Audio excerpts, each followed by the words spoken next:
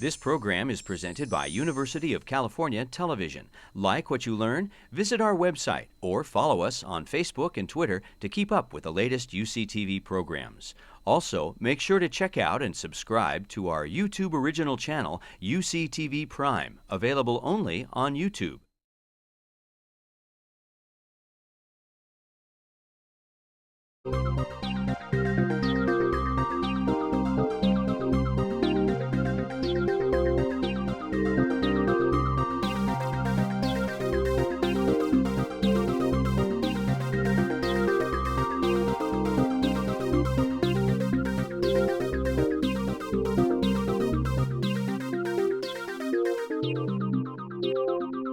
Welcome to A Conversation with History. I'm Harry Chrysler of the Institute of International Studies. Our guest is Yossie Hollander, who is a serial entrepreneur and philanthropist. He is a pioneering member of the Silicon Valley community in Israel, and he is also chairman of the Israeli Institute for Economic Planning, and he currently serves on the Board of Governors and the Executive Committee of the Weizmann Institute of Science. Yossie, welcome to Berkeley. Thank you for having me. Where were you born and raised? I was born and raised in Israel, in Haifa, and then north of Tel Aviv. And grew there, went to the army. And looking back, how do you think your parents shaped your thinking about the world? I think two things probably. One, education. They did give me a lot of education when I was really, really very, very young. And the second, I believe, is the ability to take decision into my own hands. We were very, very much encouraged to just do what we think is right and don't wait for them to do something, just do it ourselves. And what was the conversation like around the dinner table? World events? Not really. I mean, they both worked. Mm-hmm. So dinner table sometimes was just the kids or just one of them. But we did talk a lot politics on weekends, and a lot of we read a lot. Okay, I think when I was 9 years old, I finished reading a whole encyclopedia. Uh-huh. So you were ready to be a student? I guess so. That's why I probably never was one, a good one. And how was the family affected by world events? You said you were in the Israeli army. How did that experience shape you? Well, everybody was in Israel. You grew up in that, and everybody was drafted. But I spent 6 years in the army. I was an officer. And I felt a lot of people in Israel do feel that they have to give a little bit more than just what you're obliged to. I also have some background, a Holocaust background. Both my parents are Holocaust survivors. But I think what they taught me in that respect is that you live in order to live on. Bad things will happen and keep on going. I think that's what kept them alive, I believe. And I think I got a little bit of that from them. And what led you into to the software world? Well, that was actually a pure accident. When I was about 12 years old, IBM did a worldwide test to see if kids can program. Now, today, that sounds ridiculous, but in '69 it wasn't. Mm-hmm. And I was part of that test, so that's how I learned how to program. Mm-hmm. So they taught you, and then they were testing your intuitive skills? Yeah, we went to a course. We took a course at IBM headquarters in Israel, and we worked on the first computer. We programmed in a new language then called PL1, and that's how I learned how to program when I was 12, 13 years old. When we think of successful software engineers and entrepreneurs, many times it isn't formal schooling that made them what they were. Why is that? Well, maybe in the early days at least, there wasn't much of formal schooling, because what happened is that I already studied it before the army. In the army, I started as a combat soldier, but then after a while I was injured, I moved to a non-combat job, and I went back into computers in the army. And I learned a lot. So by the time I already started going to university, there wasn't much I could learn from my professors. I was already 10 years ahead of them, of what I was already working. And I think a lot of the early computer industry guys were actually inventing it as it was going on, parallel to what's happening at university. I like to ask my guests what skills are involved and what kind of character does well in the kind of field that they're in. So I'll ask you, what are the skills necessary for software engineering? Well, that's interesting. Software engineering requires a lot of the classical mathematical analogic skills, but it requires also imagination to go beyond that. So I think it's a combination of both analytical and imagination. But building the business requires a whole different skills than just the technological and analytical skills. Which this is, I think, where it's a little bit interesting. You have a lot of great programmers, but they're not building a business. Mm-hmm. So there are really two faces here of what makes success. And when you started out, it really wasn't. You didn't look to education, as you just said. But what about today? In other words, in the end, you need the coursework that probably goes with the analytic. But the other dimension really is a question of your temperament and character, right? You know, it's interesting. If I could have sort of relived my life again and reorganized it, etc., there's one thing I would do is that jump straight ahead to MBA, do that before doing even my undergrad, and use that to develop my company. But that doesn't work that way. Yeah. So you have to learn the hard way. But if you ask me about students today, the skills you need to learn, a lot of the students know a lot already when they come in, but there's still other skills they need to learn. I'm involved with so many academic institutions. There's a lot that they can give you. But in the end, if you're a real entrepreneur, listen to your heart and your head, and you don't need necessarily a degree in order to succeed. Mm-hmm. So there's a limit to what education can do in nurturing in software. Yeah. If you're looking, for example, at biotechnology, you got to go for plenty of years of accumulating knowledge before you can really be good at the field. I don't think you can start from whatever you learned by playing around at home. What is the core work that really made your career what it is in software? What software did you design or shape or invent or what? Well, I've done a few, but I think the most interesting work I did was actually in the Army. It was an AI system, which was way ahead of its time. But when I left the Army and I decided I want to build a software company, I actually looked at the market, and from a business perspective, I decided I shouldn't do that. And the first software company that I built that was successful did something completely different, something called operation automation. It says, helps you automate large data centers, like big banks, government, etc. Completely backdoor operations, things people never see, but they run our life. And so what's the connection? I don't know. Probably knowledge of the industry, of the materials, of whatever is going around. It's not like I was shifting from place to place, but very different background. So your business skills and your organizational sense, did that come from education or just your intuition about the world as it is, or might be? I'd say both. There was a lot of intuition, okay, definitely, because there were, at that time, the Israeli software industry wasn't there. So I had to invent a lot of things. We had to learn the hard way, and I have got all the scars to prove it. But I think there was one factor, that is the Army. 6 years in the Army, where I was an officer commanding people, running projects that normally people at the age of 21 don't get to run.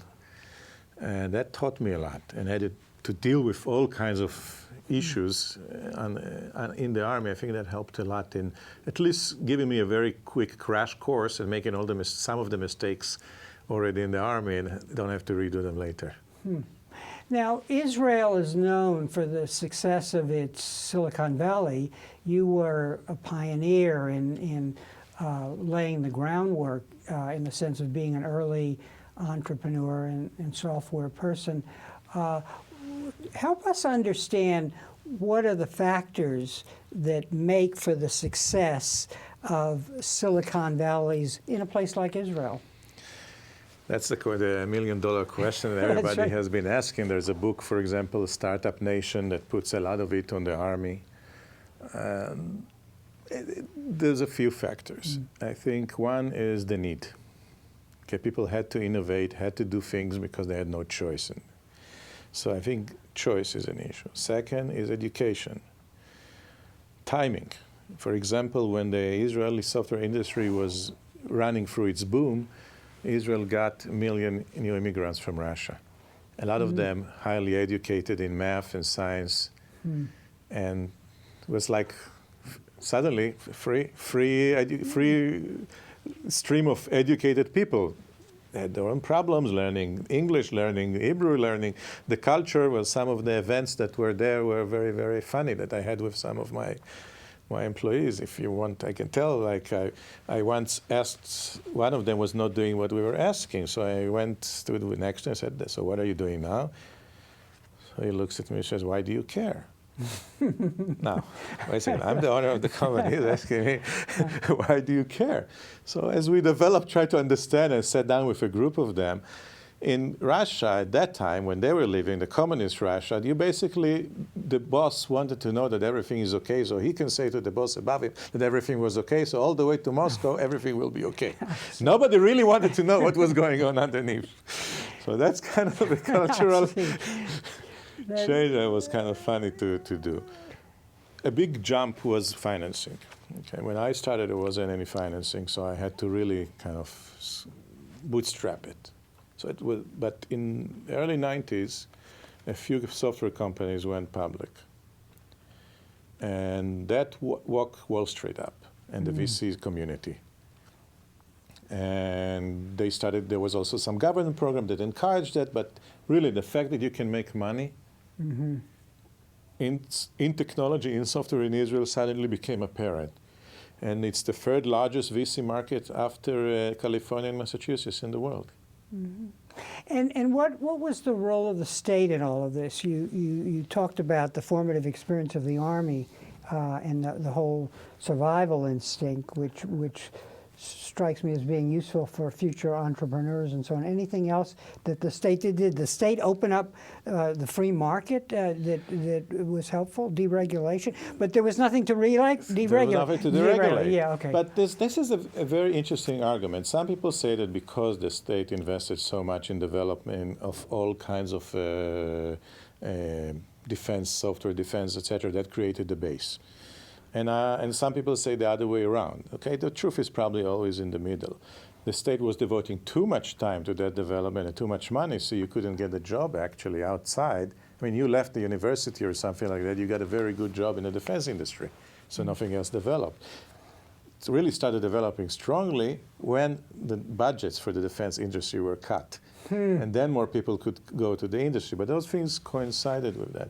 The government also gave some sort of a subsidy program to create the first VC funds, because there weren't any VC funds, or only one in the whole of Israel. But in reality, it was the people that came out, a new generation, new technology. There's one technology that is responsible more than any other technology for the development of the Israeli software industry. It's the fax machine. Now, most people don't even think about it today, but they forgot because they weren't there in the early 80s when I was, and you couldn't communicate. So you had to send a telex. What if you needed to get a lot of pages with zeros and ones to look at them? You couldn't do that. You had to send them. There wasn't any FedEx. So you couldn't do any service from Israel to remote countries around the world. When the fax came about, suddenly it allowed remote support. So the lab could be in Israel, your sales organization could be anywhere around the world, and you can still support them. So I think it's a few things coming together at the same time. And then one final question before we move on to philanthropy and then on to oil dependence. What is it involved in being a serial entrepreneur? That is, moving from one. Is it that, well, we've solved one problem, we've put in place an organization, let's move on to something else? That excitement? Perhaps. Yeah. You get tired of it also after a while, but I can't tell you why I built a few companies. Okay, I can't. If you ask me why, because I felt that this is what I wanted to do at the time, and there was an opportunity, and I wanted to do it differently. I think after doing it a few times, I think that's one of the reasons I went to philanthropy, that I decided maybe I don't want to do it again because it's basically a repeat. I can do it again, so what kind of thing. Maybe it wasn't a challenge. Mm-hmm. The hunger that I had when I was younger to prove that Israelis can export software to the world, there wasn't any. That I can build a successful international software company wasn't there. I think a critical part of that maybe was moving to the U.S. too. I moved to the U.S. in '91, and I don't think we would have been successful had we stayed insular. Okay? Although we were already selling in 40 countries by that time. Moving here in '91 opened the mind and the possibilities. And I think that's critical also in that move. What now that you've moved into philanthropy, what do you see in philanthropy that can be accomplished? I mean, we see a lot of entrepreneurs, a lot of people in high technology capping their career and then moving into philanthropy. What does someone like you see that makes philanthropy attractive? Well, I think I felt I needed to give it back. I made enough for myself, and there was no reason that I couldn't help the world in a different way. Maybe if I did it only after one company, I would have done another one, but I already felt that I wasn't really challenging myself. And the world didn't seem like everything was right and proper and good in it, so that we can rest and play golf every day. So I looked around, and I decided to pick up challenges that would interest me. So looking at it as I'm talking about I did it, I was 42 years old, okay? And that's usually a young age for most philanthropists.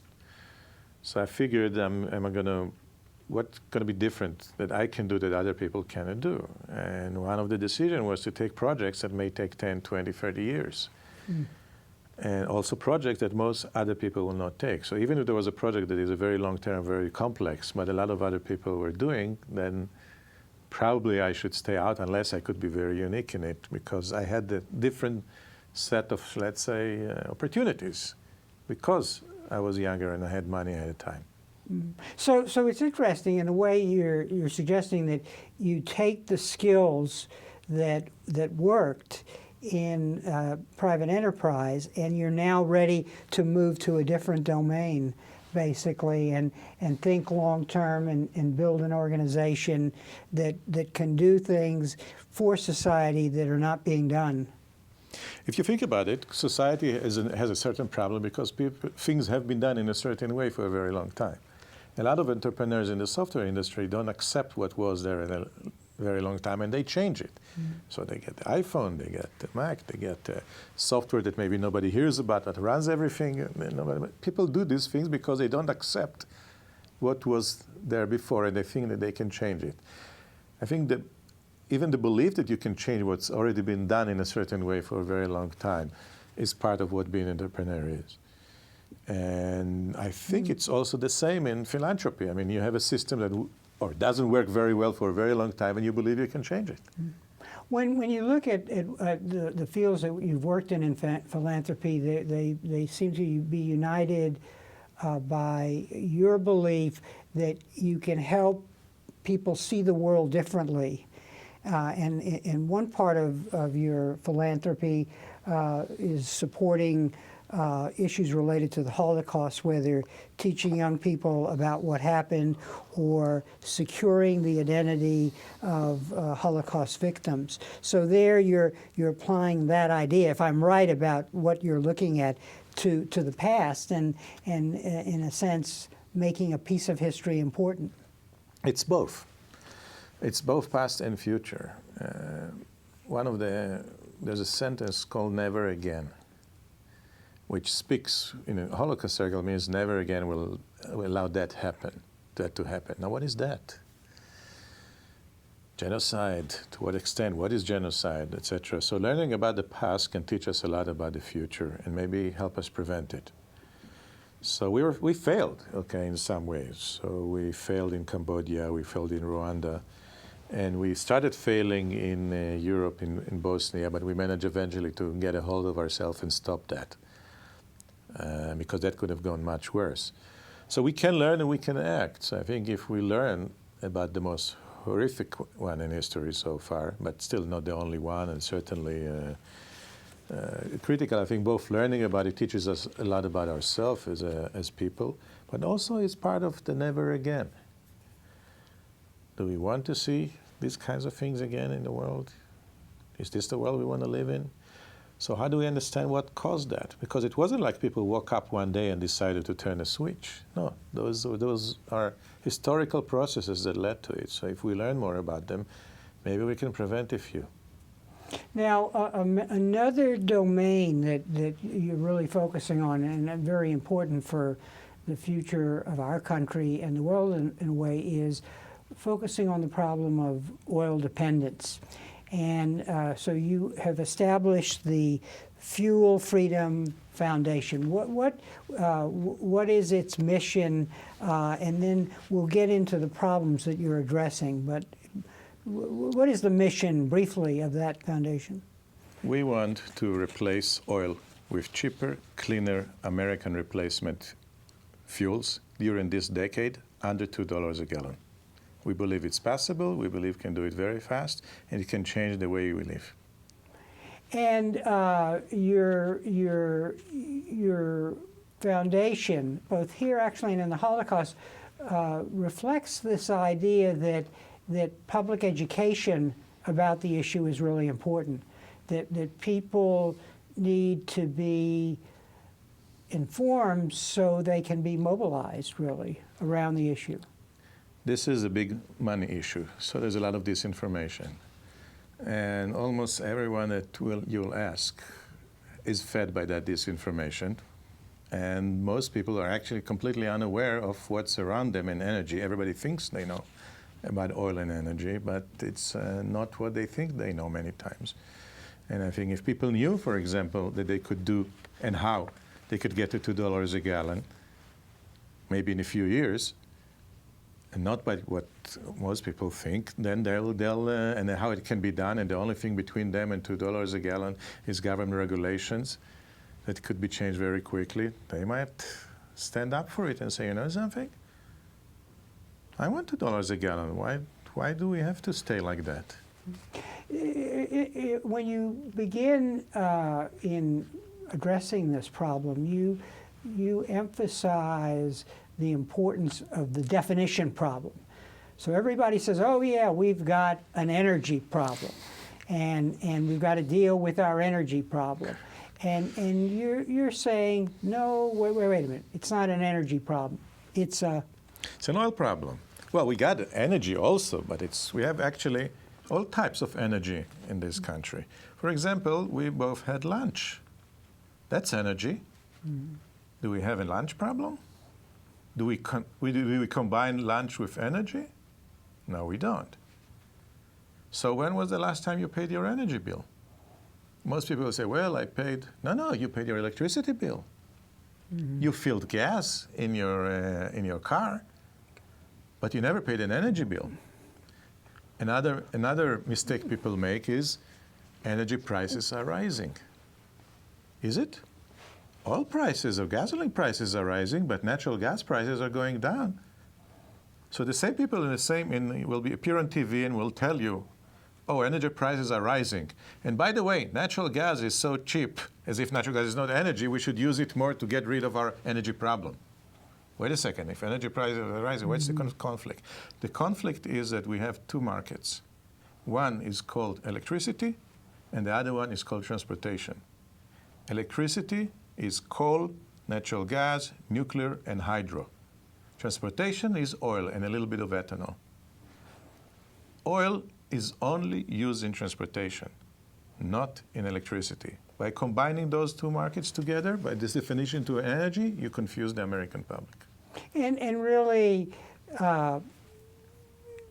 if you we're part of a group that didn't want to change things, it's really helpful to conflate these two different domains and say it's all one. Of course. Of course. I mean, if you look, just let's take, for example, an advertisement of an oil company. How many times have you seen advertisements so that you see solar and wind? But solar and wind replace coal. They don't replace oil. But people are confused. If you want to know, by the way, if somebody is a Republican or Democrat, there's a very interesting way to do it. You ask them, what's the best way, what's best technology, what best resource is to get rid of oil? If they say it's nuclear, you know they're a Republican. If they say solar and wind, you know they're a Democrat. Yeah. But all the three solutions replace coal. Mm-hmm. They're taking care of electricity that don't touch anything in oil. That's part of the disinformation that people have in their mind, in which we have to disconnect today. Mm-hmm. So how much do we spend on oil, and what is its impact on our trade deficit? Well, we spent last year about $780 billion on oil and oil products like gasoline, diesel, etc. On the other side, we spent only $35 billion on coal, which is about 40% of our electricity. So why are we spending all the government budget on getting rid of coal or handling coal or arguing about coal or not? 780 versus 35? If you run a business and you spend all your time and money on the 35 billion, you'll be bankrupt. And by the way, I don't know if you noticed, we are. Yeah. So we're conflating categories. Right. We're not identifying the problem. We have an oil dependence because of a transportation complex. Exactly. Okay. Okay, so then the next thing, before we look at the alternatives and what's available, so what's the problem? I mean, in other words, we're producing enough oil. Is there a problem that is being posed by these new emerging markets? And China, for example, what is the impact of their success as a major economy now on this equation that makes it even worse than what you've already said? Well, in the past, we had a past where there was the Western world and there was OPEC. And we usually had, when we had the oil prices went up, let's say as a result of a war or something like that, we went into recession. There was a demand destruction. Therefore, then there was less demand. Oil prices went down. OPEC cut down a little bit the production again. And we got again into the same status quo. So we had recession, recovery, and all the time connected between oil prices and the Western world. But that changed about 5-10 years ago when the emerging world got into the game.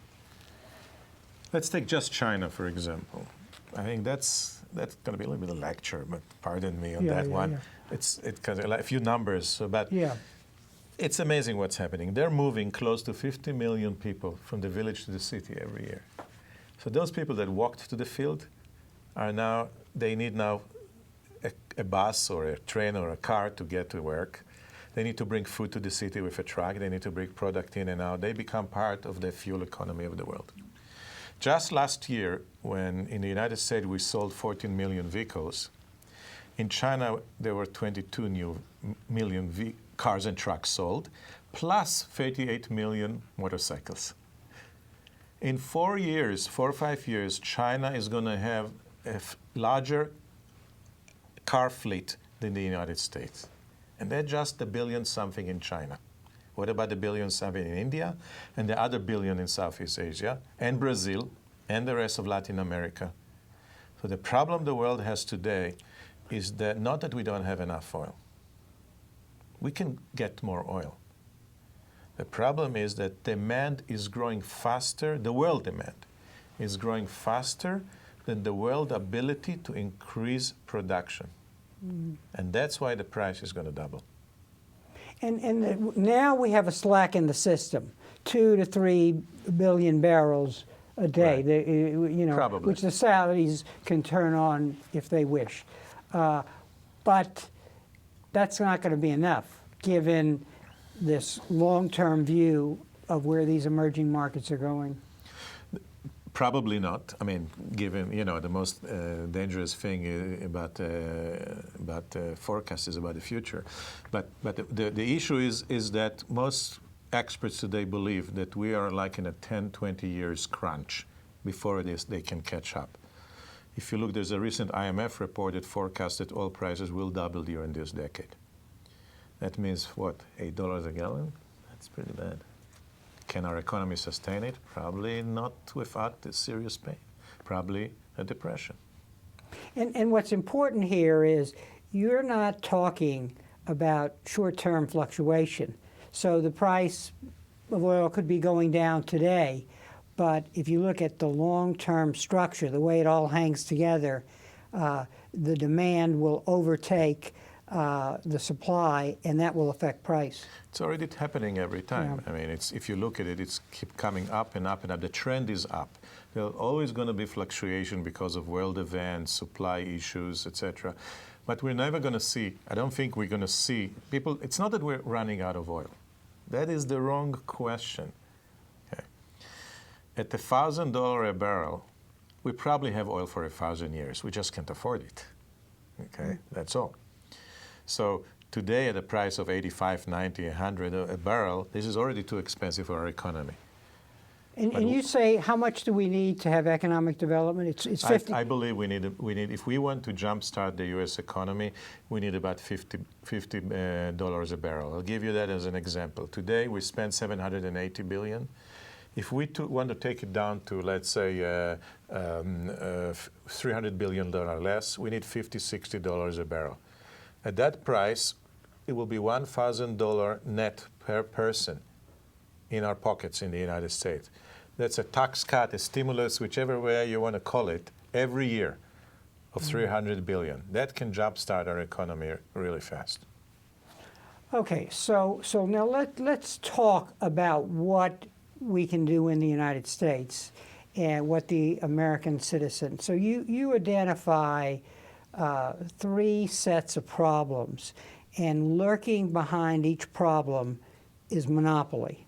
That is the unwillingness to change because of the stranglehold of monopoly. I may be Maybe monopoly is not the right definition, but it's monopolistic behavior, Yeah, okay. maybe, and or more people trying to keep the status quo, which is in an industry that has so much money. Why not? Mm-hmm. But you look at the market today. You ask yourself. Most people believe that all the solutions are more expensive than oil, because if they were available, then why wouldn't they replace oil? Mm-hmm. Well, the fact is they're all cheaper. So there's 4 solutions today that are cheaper. One is electric car, but that's a little bit of a longer term solution. So it's not going to help us much. There are already electric cars in the market, but it's not going to help us in the next 10 to 20 years much. So that we have also ethanol, which is now $2 a gallon, no subsidies. We have methanol, which is $1.20 a gallon, no subsidies. And we have natural gas, which is even cheaper. And we have all of them quite in abundance, and we can have more if we want. So you ask yourself, why they're not replacing oil? The reason they're not replacing oil because there's a structural problem in the system. Your car cannot run on any of them. So if I came with a methanol tank, very cheap, and gave it to you, there's nothing, you can't put it in your car. Or with an ethanol car, most cars cannot run it. Natural gas, most cars can't run on natural gas. Although the technologies all exist. All race cars many race cars run on methanol. We have a lot of ethanol cars with E85 in the United States. In Brazil, it's most of the car. They run on methanol in China now. So we know these things can run. California made a test in the 90s. It was very successful. Mm-hmm. So you could build flex cars that are flexible in their choice of fuels that would then give us these cheap gallon prices with alternative fuels. Will give us the ability to put it in. Today, even if you had it, you couldn't put it in. So first is to have the ability to put it in. One is we want all the cars to be produced like that. convince them, give them incentive, find ways to do it. But more importantly, allow me as an individual to convert my own car. We'll get to that, why we can't do that. But from a technological point of view, for a very small amount of money, most cars built in the last 10 years can be converted to run on ethanol and also on methanol. At what price? I mean, give me For ethanol, nothing. For methanol, maybe $200. Yeah. It's very, very small conversion for most cars. Okay. And most people would want to do it if they knew they could get the fuel, but they can't get the fuel.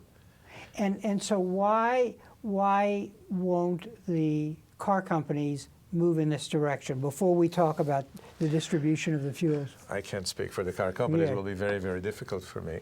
They said in 2008 when they testified in Congress, in 2009 when they came hand in hand to be saved, to be rescued, they said that by this year they'll have 50% of the cars flex fuel. Are they? Yeah. They're not. They got the money. They don't care anymore. Why they do it, why they don't, there's all kinds of theory. I think generally resistant to change. Those are very monolithic institutions, but I don't want to be speculating. The fact is they don't, and they can. In the countries that they were forced to do it, they did it. Okay. Didn't cost them anything more. So I have, let's say that I've built my own flex car. Okay, so I've read your website and read the literature of your foundation, and so I've moved in that direction. Where do I go to get these fuels? You can't. Another problem. So you say, okay, so I believe you. I even have a flex fuel car. I bought a Chevy Tahoe, and it says in the back, it says flex fuel. There's 8.5 million cars in the United States that are defined as flex fuel. And That is, they take it. They already have. They can yeah. take it. They're Yeah. defined. And yet there's only 2,500 pumps in the whole of the United States. It can give you 85. Is it because there's not enough ethanol? We export ethanol to Brazil. Most people don't realize. We export ethanol to Brazil at $2 a gallon. At the same time, we import oil from Brazil at $3 a gallon.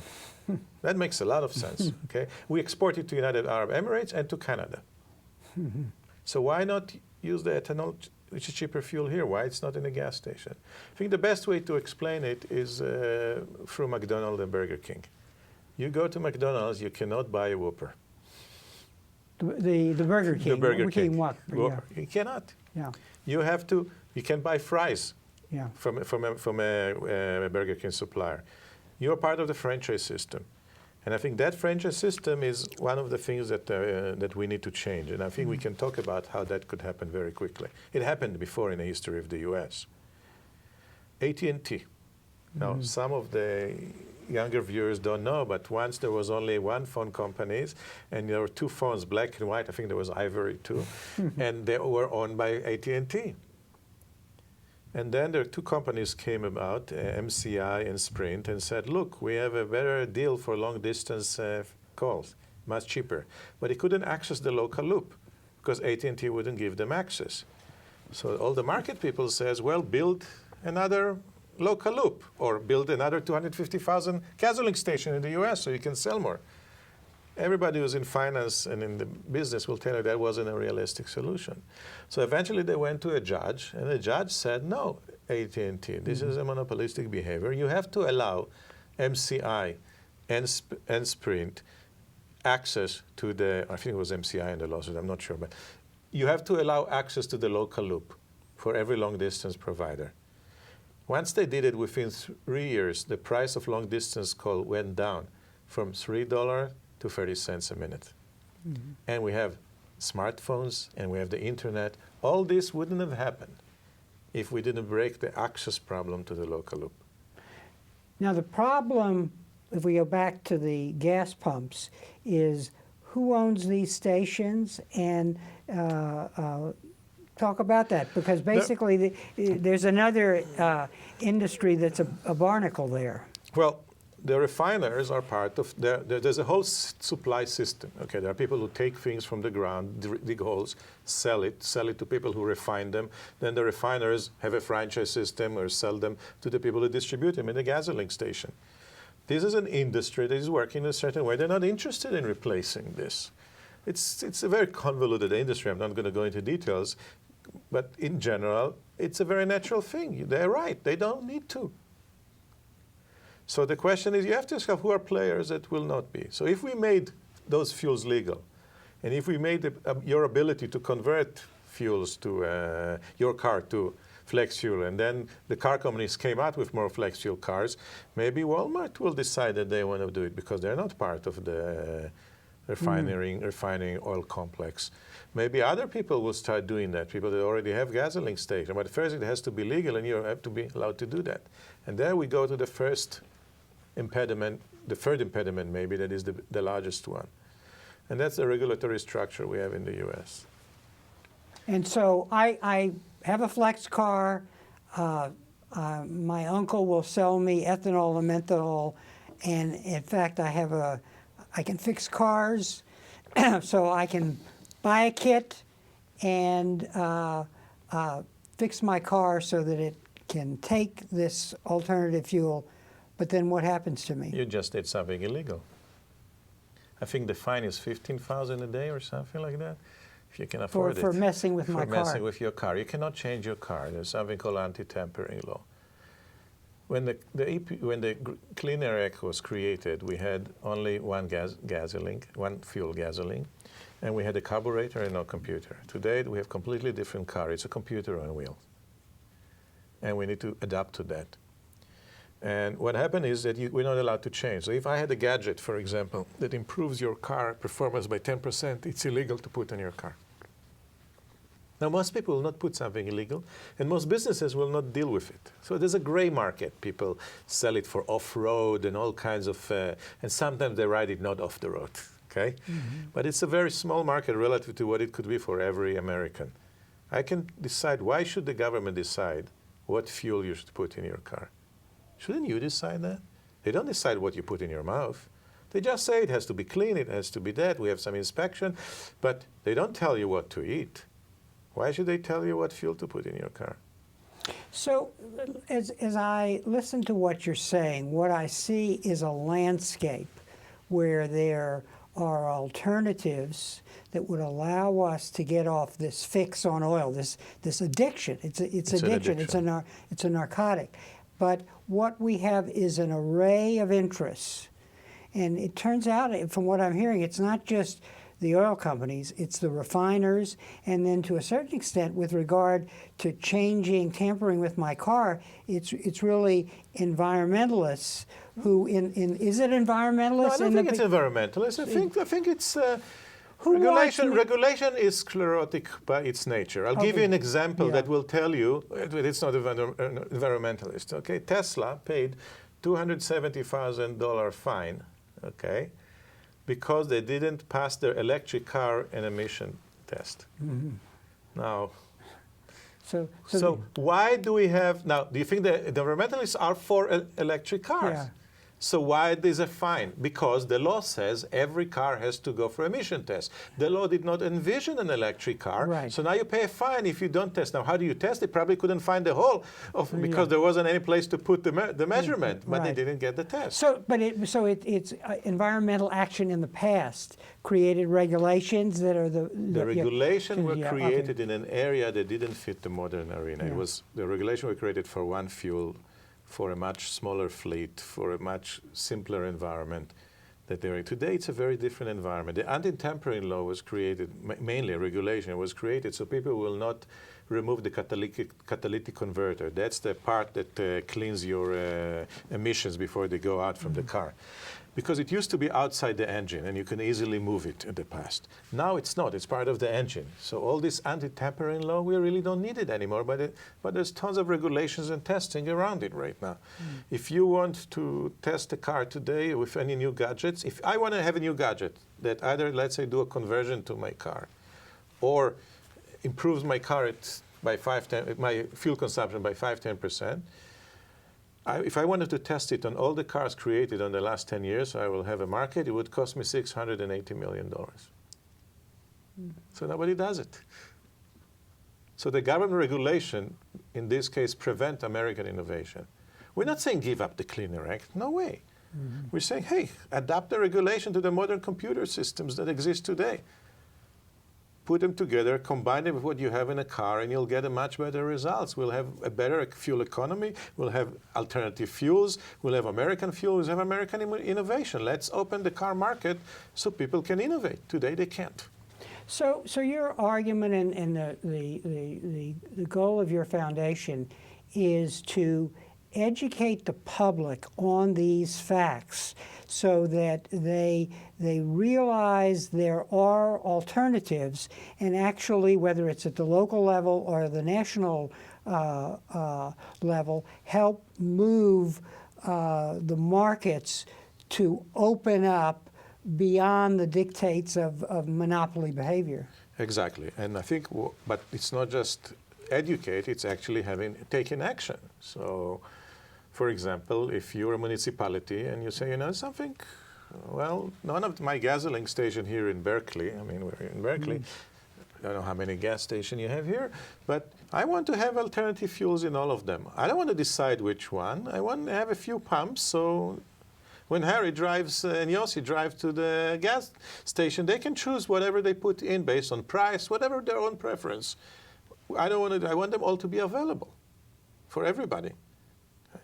So, how do you do that? Let's say, for example, the city council can vote on a local ordinance. Right.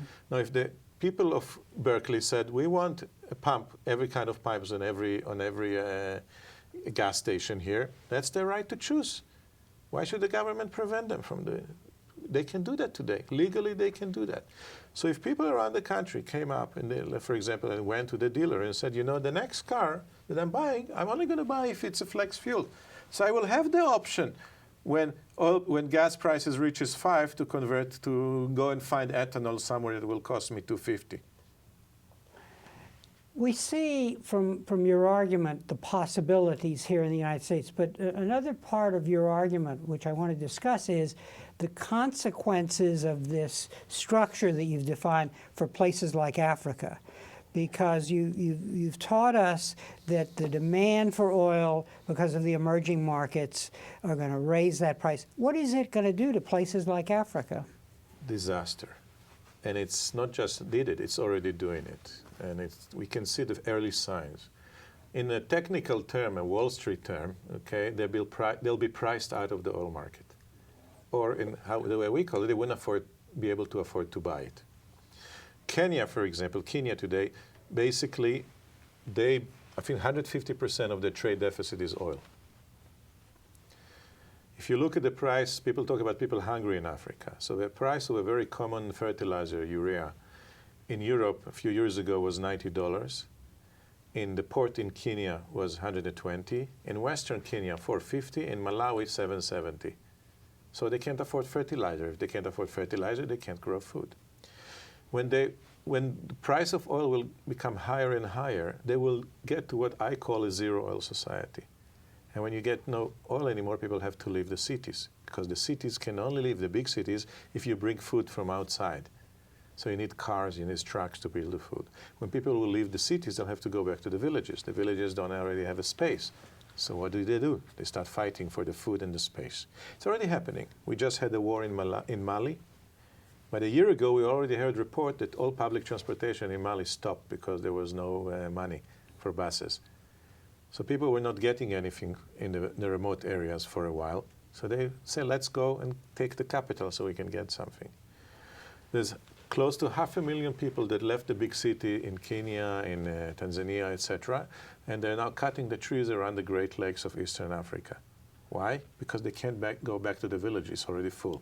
So now they're cutting the rest of the forest. We know what will happen in 10 years. They won't have any more space. So we have a danger of the never again that we started with the Holocaust happening in Africa in large numbers, with huge numbers of refugees going all the way north or south. We can have 10 millions of refugees going with Africa within this decade trying to go to Europe. So the structural problem hurts the poorest and the weakest the most, and it's all in a way kind of hidden beneath the surface, because we don't think of these wars or these these movements of people in light of the backstory which is dependence on oil. Right. We tell them, well, we don't have fertilizer, they don't have water, they don't have medicine, but a lot of it is because you can't deliver it, or the cost of delivery is too high.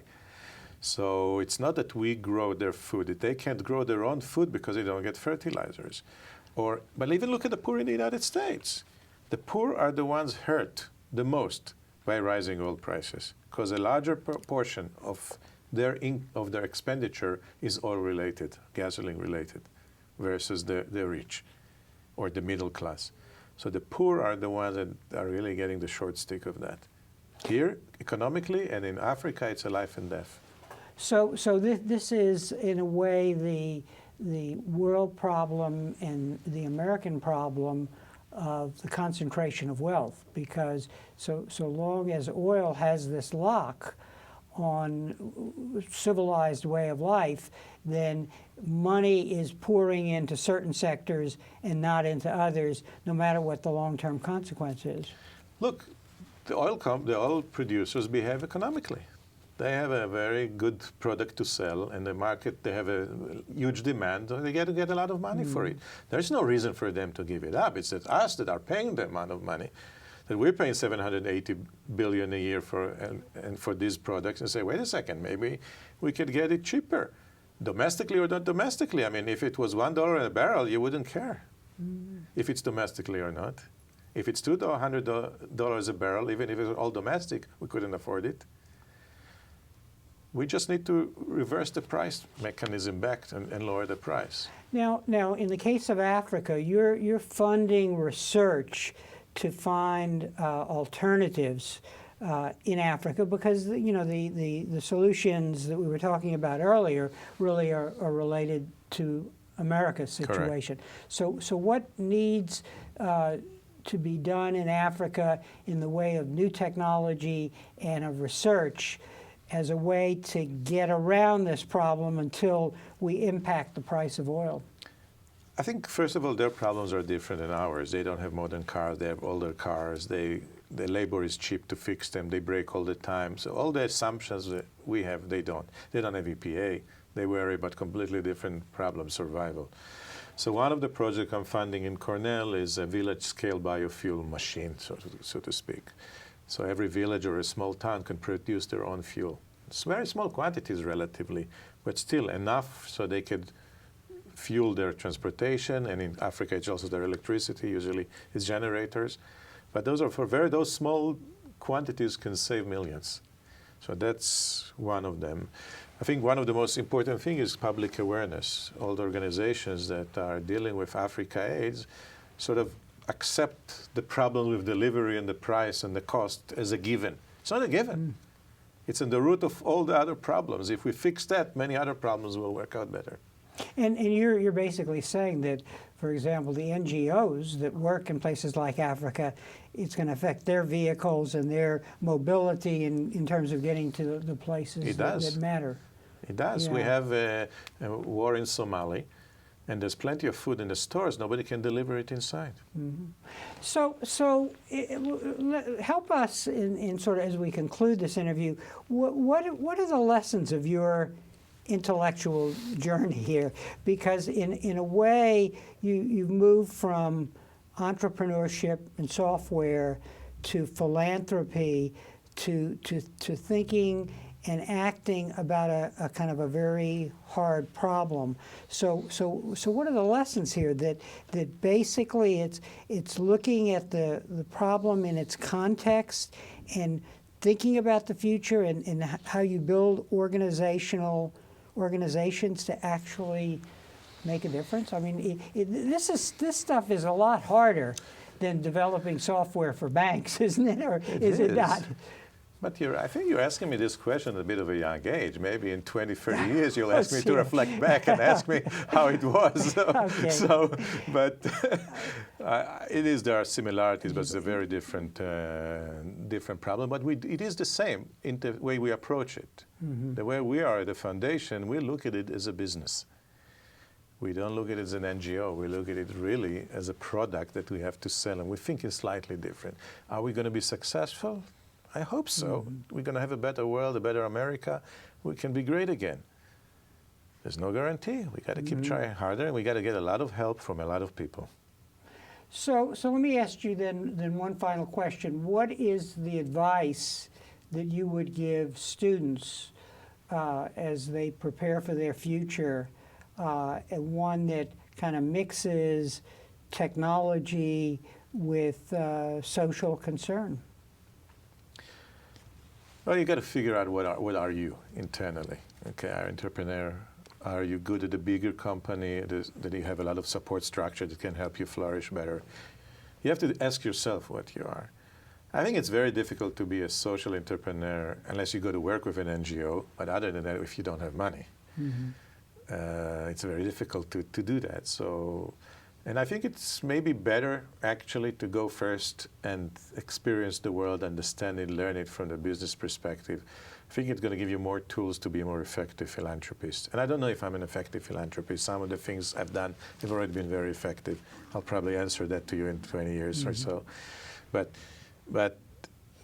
I think go out there and feel the world. Now, if you feel socially, do you want to be contributing already, etc., and be part of an NGO and part of it, that's also great. I think the world needs all kind of people, but it has to come from an internal drive. You have to be saying, okay, this is what I want to do. Listen to yourself. And at the heart of changing the world, to what extent is politics and public discourse the key? Not necessarily. People put too much as an excuse in that. A lot of what's happening in our own communities. We can do a lot of things ourselves.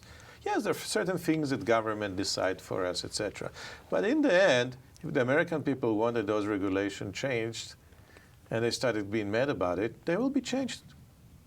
Even without going for elections and stuff like that, just every 10,000 people writing a letter to each one of the congressmen, I can assure you this will take place very quickly. And the key is understanding the problem and having the correct information. Exactly. And if I may refer people to our website, which has a lot of information, www.fuelfreedom.org.